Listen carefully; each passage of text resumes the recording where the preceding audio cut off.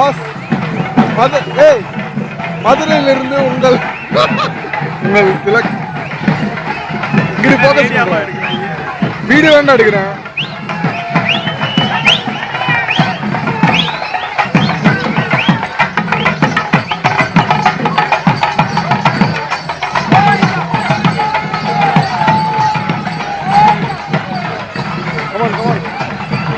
கீழே போயிட்டு போமா அப்படியே